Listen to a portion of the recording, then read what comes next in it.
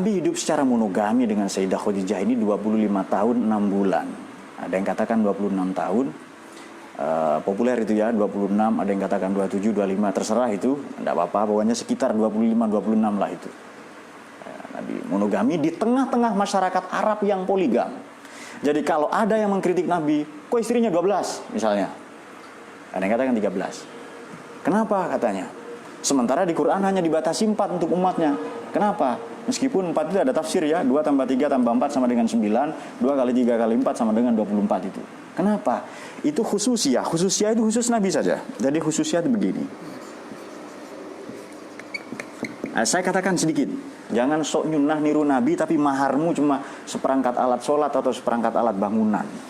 Kalau mau niru Nabi 1,4 miliar itu baru niru Nabi maharnya. Ya kan? Baru keren itu kalau sunnah.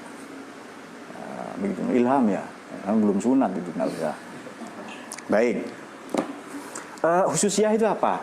Nabi boleh menikah tanpa wali, tanpa saksi, tanpa mahar. Nah, itu khusus Nabi. Kata Imam Al-Qastolani, Kanjeng Nabi ini tidur tidak pernah batal wudu. Ya kan? Boleh beliau menghimpun banyak istri. Kemudian karena nanti akan jadi ahli hadis, kodifikasi Quran, mengumpulkan Quran, mencatat wahyu macam-macam sesuai dengan fungsinya. Kemudian beliau kalau, mohon maaf ya, buang kotoran, tanah langsung membuka sendiri. Itu kiai tidak bisa. Apalagi presiden, tidak bisa. Membuka, selesai menutup. Lalu keluar aroma wangi. Jadi jangan sok niru Nabi. Tidak semua bisa kita tiru dari Nabi. Tidak semua. Beliau kalau meludah tidak pernah jatuh ke tanah. Apa bisa kita? Langsung diambil oleh sahabat itu dan ke seluruh tubuhnya dibalurkan. Supaya mendapat keberkahan dari Nabi itu. Dan lain-lain. Tidak pernah pakai parfum tapi wangi. Kita tidak bisa. Jadi jangan sok niru Nabi ya. Tidak usah Nabi lah itu ya. Makanya kalau masuk surga itu tujuannya hanya ketemu bidadari, dapat bidadari 72. Itu Islam biasa. Itu diejek oleh Nabi Sulaiman. Nabi Sulaiman 1000 istrinya. Coba itu. Di dunia itu Nabi Daud 100 ayahnya alaihi wassalam. Jadi kalau di surga nanti kalian salah seorang dari kalian seperti diumumkanlah, dikampanyekan oleh pseudo ustaz, oleh ustaz karbitan di TV, masuk surga bidadari 72. Nabi Sulaiman lewat jalan-jalan di surga kan, Mas Islam biasa ya, pasti begitu itu. Kan Nabi Sulaiman dah setuju, Tuhan di dunia saja istri saya sudah 1000, masa di surga dikasih 72 ya kan? Mau 72.000 dong kan seharusnya begitu. Artinya apa? Kebahagiaan di surga bukan itu. Jadi mereka itu nanti wujuhu yauma idzin nadhirah ila rabbiha nadhirah. Pada hari itu wajah mereka berseri-seri ahlul jannah itu kepada Tuhannya mereka memandang. Itu seharusnya bertemu Tuhan. Harapan kita masuk surga seharusnya itu. Sekarang begini saja, kita kasih perbandingan ya. Zen anaknya hilang misalnya. Setelah hilang berhari-hari tahu-tahu pulang ketemu. Lebih bahagia, enak sajalah ya. Lebih enak mana? Anak yang hilang ketemu, kuda yang hilang, kambing atau motor mobil hilang ketemu dengan koitus, sexual intercourse, dengan jima. Enakan mana? Maka rendah sekali itu kalau memang obsesi kita cuma itu. Dan mohon maaf seolah-olah kita menganggap Tuhan itu penyedia layanan seksual.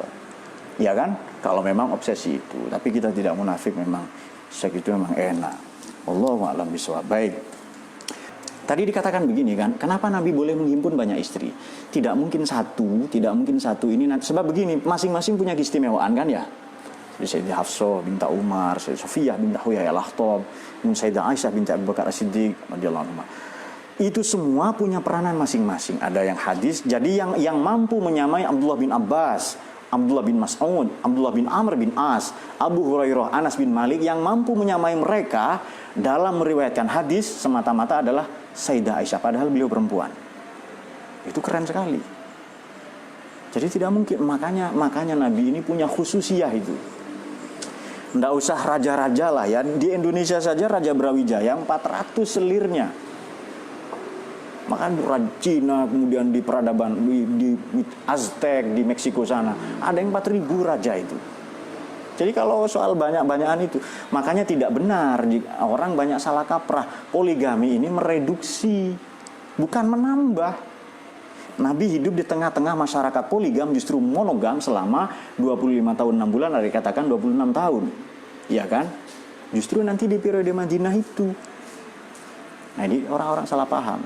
Nabi mengurangi orang Arab, istrinya 100, simpanannya 200, gundiknya 400, anaknya 600. Biasa itu. Nabi mengurangi itu. Makanya kalau kita melanggar sumpah, tidak berpuasa, apa hukumannya, dendanya? Fatahriru raqabah, bebaskan budak. Islam satu-satunya agama yang melakukan penyelesaian ya, membebaskan budak. Paling sukses Islam. Tahu Nelson Mandela, sampai 94 ada perbudakan. Kemarin 94, berapa tahun yang lalu, berapa dekade yang lalu, berapa dasawarsa yang lalu ya kan?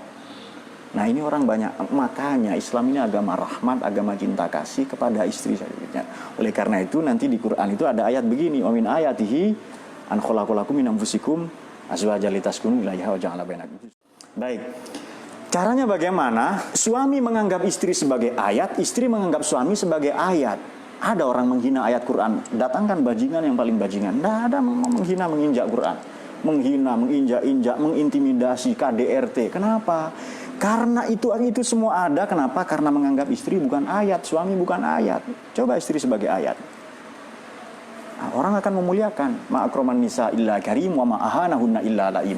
Tidak mungkin hadis Nabi itu memuliakan perempuan kecuali laki-laki yang mulia, dan tidak mungkin menghina, merendahkan, menyepelekan, menginjak-injak harkat martabat perempuan kecuali lelaki yang hina illa laim. Nah, maka sudah jelas kalau begitu. Kalau menganggap suami atau istri ayat, selesai. Bahwa nanti ada sakinah ini sikin satu kali di Quran ya. Gulawahidin bima sikinan di surat Nabi. Sakinah ini tenang, damai setelah konflik. Maka pisau bahasa Arabnya sikin karena menenangkan binatang kalau disembelih. Mawaddah menutupi kekurangan dan rahmat itu cinta kasih itu. Saya kira demikian, semoga kita mampu meneladani di Mafatihul Ghaib. Kemudian di Durrul Mansur tadi juga sudah kita singgung. Semoga kita bisa meneladani istri-istri Kanjeng Nabi. Yang itu ibu kita semua. Kita harus kenal, kita muliakan, kita agungkan, kita teladani. Mereka semua ummahatul mukminin. Dan Nabi memimpin mengajarkan itu semua. Memotret kehidupan Nabi dari sekian perspektif. Semoga kita semua dicahai oleh Quran, mendapatkan barokahnya, syafaatnya Kanjeng Nabi, barokahnya ummahatul mukminin itu, kita mampu meneladaninya. Jangan salah, sebab kita sekarang hidup di zaman caci maki yang sedemikian rupa. Maka keteladanan mereka, leadership, keteladanan mereka, uswah, kita jadikan mereka sebagai acuan, qudwah, role model.